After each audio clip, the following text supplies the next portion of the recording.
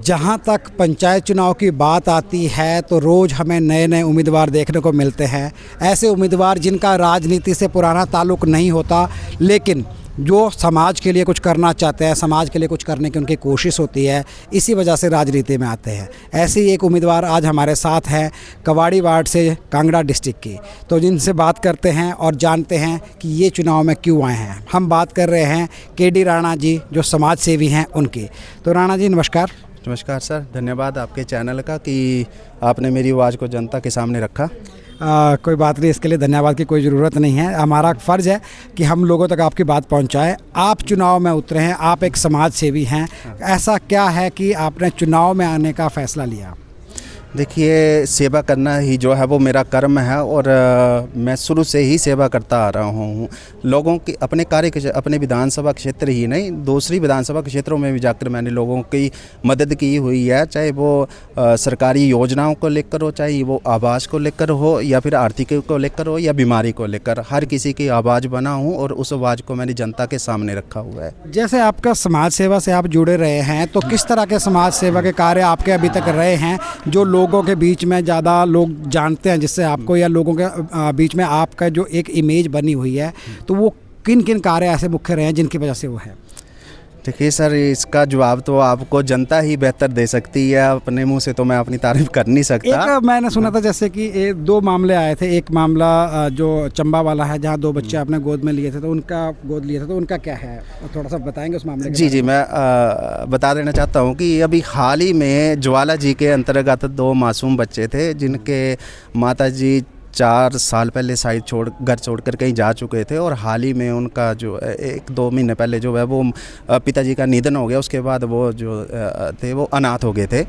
बच्चों की पढ़ाई छूट गई थी, एडमिशन करा नहीं पाए 10वीं में, और एक 9वीं में पढ़ता था। तो वहाँ पे गया था और उस मामले को मैंने जो था वो जनता के सामने रखा और जनता का भरपूर सहयोग मिला। काफ़ी लोग वहाँ पे गए, उनकी मदद करी। मेरे से जितना हुआ मैंने आर्थिक ही उनकी मदद करी, और 1 साल का राशन उनको भरवा के दिया, और साथ में मैंने 1 साल के लिए जो पैसे थे वो जो डिपो होल्डर होता है उनको दे दिए, ताकि वो महीने का राशन जो है वो लेते रहे। और 2 साल के लिए मैं बता दूं कि उन बच्चों को मैंने गोद लिया हुआ है, और उनकी एडमिशन भी मैंने करवा दी है स्कूल में, ताकि पढ़ाई कल को भविष्य में कोई अड़चन उनको ना आई और पढ़ाई उनकी बाधा ना बने। देखिए, समाज सेवा एक अपनी जगह है और राजनीति अपनी जगह है। जैसे मैं आपसे बात करूँ, आपने बोला कि मैं अपनी बड़ाई क्या करूँ, लेकिन राजनीति जो है वहाँ पे जब तक कोई अपने बारे में नहीं बताता है, तब तक कई बार सामने वाला जो उनको लगता है कि ये बता नहीं पा रहे हैं, या ये बताते नहीं हैं, या बताना नहीं चाह रहे हैं, तो कुछ ऐसा। तो इसलिए बहुत ज़रूरी है कि आप खुल करके बात करें और खुलकर आप बताएं जो भी आपने कार्य किए हैं। वो बहुत ज़रूरी है लोगों तक पहुँचना, और लोगों को भी ये समझ आना कि आप किस तरह के कार्य आपने अभी तक किए हैं। तो आप 2-3 जो भी मतलब आपको बड़े बड़े जो प्रमुख आप हैं वो ज़रूर बताइए, ताकि लोगों तक ये बात भी पहुंचे।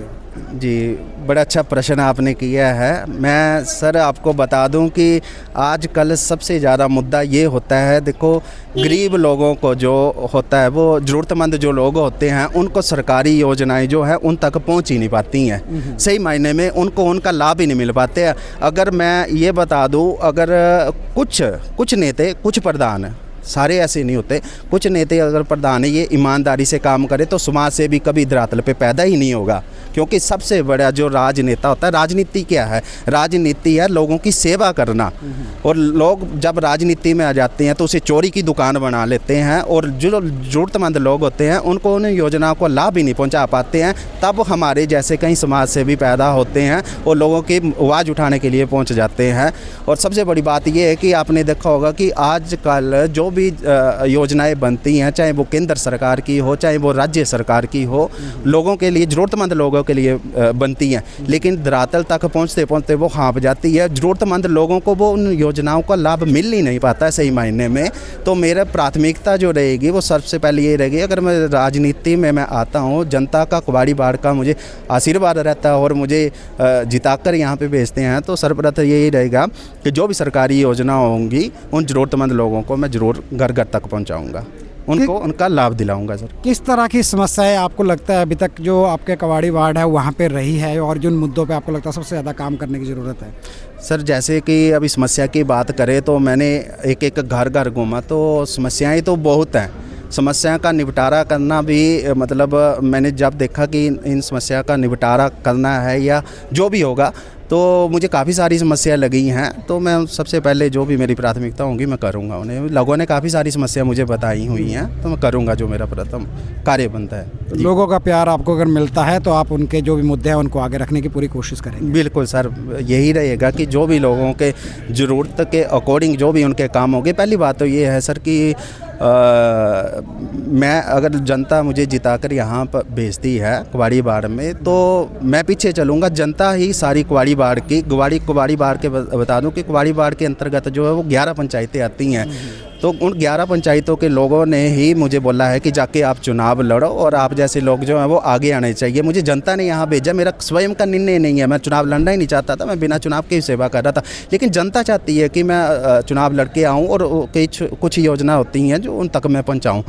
तो अगर मुझे भेजती है तो सारी की सारी जनता जो है वो आगे चलेगी। मैं जनता के पीछे चलूँगा। काम करवाने वाली तो जनता होगी, मैं तो एक मात्र साधन होगा। और मैं अपने साधन उनके जो भी बात मेरे तक पहुँचाएंगे, मैं जनता के बोलूँगा आप काम करो, और बहुत अच्छा काम करेंगे, जनता ही काम करेगी। ये बहुत बहुत धन्यवाद राणा जी हमसे बात करने के लिए। और आखिर में आप कुछ कहना चाहेंगे अपने जो जनता है कवाड़ी बाड़ की उनके लिए?